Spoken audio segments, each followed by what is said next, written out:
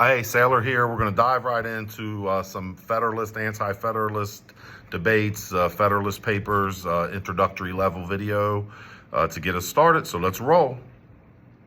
Under the provisions of the Articles of Confederation, unanimous approval was needed to make any changes in the government. You remember the Articles of Confederation loosely tied the 13 colonies for about 10 years after the American Revolution. No president, chief executive, Congress can't collect taxes, states are printing their own money, making their own trade deals with foreign nations, and generally raising alarm amongst the leaders in many facets of the country in terms of, is this sustainable?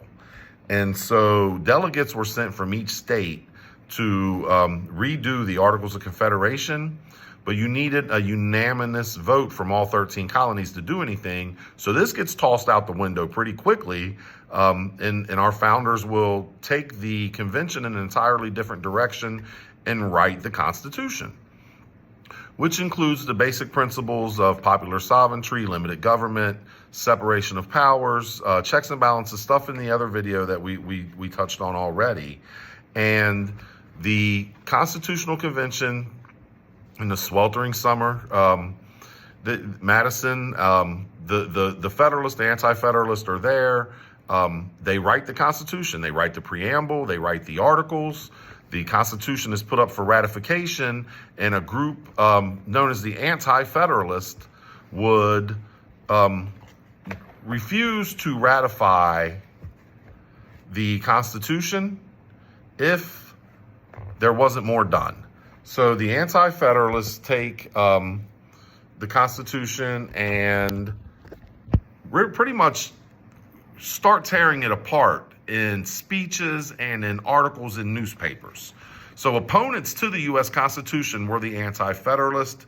They included Thomas Jefferson, Patrick Henry, James Monroe, and their articles became known as the Anti-Federalist Papers. We have our classroom copy of the Anti-Feds here, and they point out several major problems with the new Constitution. First and foremost is there was a fear of tyranny. They wanted a Bill of Rights. The Anti-Federalists focused on danger from tyranny, which is cruel and oppressive use of government power. There was a lack of adequate safeguards against a tyrannical government. No individual rights held by people were listed in the Constitution. No Bill of Rights. Without such safeguards, the Anti-Federalists feared the national government could undermine the states and the people's authority. They really feared the supremacy of the federal government, and believed that the actual supremacy clause, which states that if there's a conflict between federal and state law, federal law would be superior to state law, opened the door to abuse of state sovereignty. They especially feared, again, we're talking about the Anti-Federalists, they especially feared the necessary and proper clause, which is also known as the elastic clause, and this is important for your state of Ohio test. They'll use those two terms back and forth, necessary and proper clause and elastic clause, and you need to understand that this is the clause that gives Congress the power to adapt with the times. The same way the amendment process allows the Constitution to adapt with the times, the necessary and proper clause allows Congress to make laws, put things into place that are necessary and proper to run the country. Now, this is subjective, and we'll see controversies around use of the necessary and proper clause throughout the history of our government. Another concern was the slavery issue, and almost immediately, the delegates from Pennsylvania, which had already banned slavery in their state legally, will say, hey, we can do all this, but our preamble is a lie, because a more perfect union means everyone is free. And you know, the abolitionists, the early abolitionists, they're only 80 or some odd years off of the Civil War coming to solve the slavery problem legally here in the United States. Last but not least, one of the Anti-Federalist points of opposition was these 13 colonies geographically are too large. And you have to remember time, travel, communication, all of that stuff was different in the 1780s. So they could make an argument that the same government can't serve southern Georgia and northern Delaware. Now we have 50 states from sea to shining sea, and we do see that the country is not too big to govern based on this system that we have set up, which isn't perfect, but we have our state governments and our local governments and our federal government, all of which are supposed to be here to serve us. So the Anti-Federalists refuse to ratify the Constitution, and they start making their case in newspapers. The Federalists will reply, and those favoring the Constitution, called Federalists, and it's simple: federal government, strong federal government. Federalists were for it, Anti-Federalists were against it. Those favoring it, Alexander Hamilton, John Jay, James Madison, wrote 85 essays known as the Federalist Papers. These essays argued that the new nation would not last if the proposed Constitution was not ratified. The Federalists acknowledged that the Constitution was not perfect, but it would set the nation on a path for a workable and viable government. And what were these arguments? Our classroom copy of the Federalist Papers. We're going to dive deeper in a separate video into 10 and to 44, two that show up on our Ohio test. For our purposes now, we're going to stay with the overview and dive into the papers later. A strong national government is needed to protect us from foreign invaders and domestic problems. That's the number one argument for the Federalist in terms of ratifying the Constitution. And in Federalist 51, we'll get a little deeper into it. Madison wrote that one, and he argues that the vastness of the Republic, the 13 colonies coming together, forces us to work together and will solidify us in the future. Their most effective argument was government power was divided. And so instead of a parliament and a king, you know how the legislative branch, an executive branch, and a judicial branch, all three with the checks and balances tools to modify each other's behavior and stop one group or one person from becoming tyrannical and gaining too much power. The necessary and proper clause was needed, according to the Federalists, because they had no way of knowing changes in technology, changes in transportation, and that Congress would definitely need to be able to adapt to meet the needs of the American people in the future.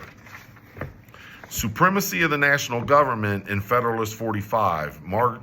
Madison argues the strength of the national government doesn't threaten the states, that the Constitution does not increase the powers of the national government, but simply makes it more effective in running out its responsibilities.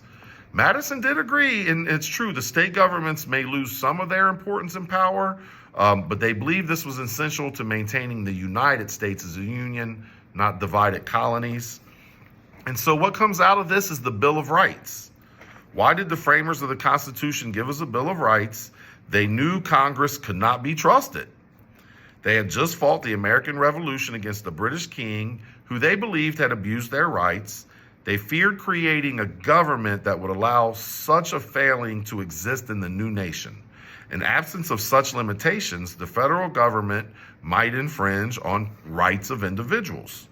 There was a strong consensus on the parts of the Federalists to go ahead and ratify, but the feelings were just as strong with the Anti-Federalists, who continued to reject the Constitution.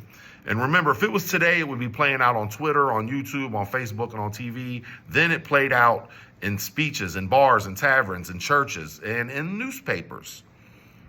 The debate over ratification, in this debate, the Anti-Federalists opposed approval of the Constitution. Eventually, the Federalists will give in and Bill of Rights will be added.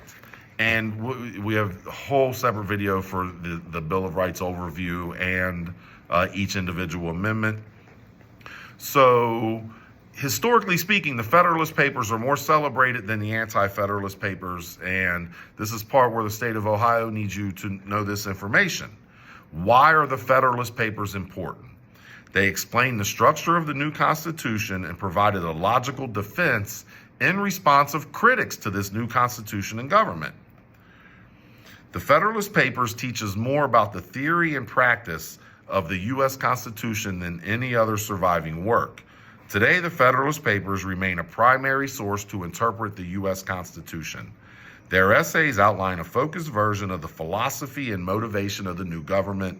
Their authors sought to influence people. The Federalist Papers are propaganda pieces.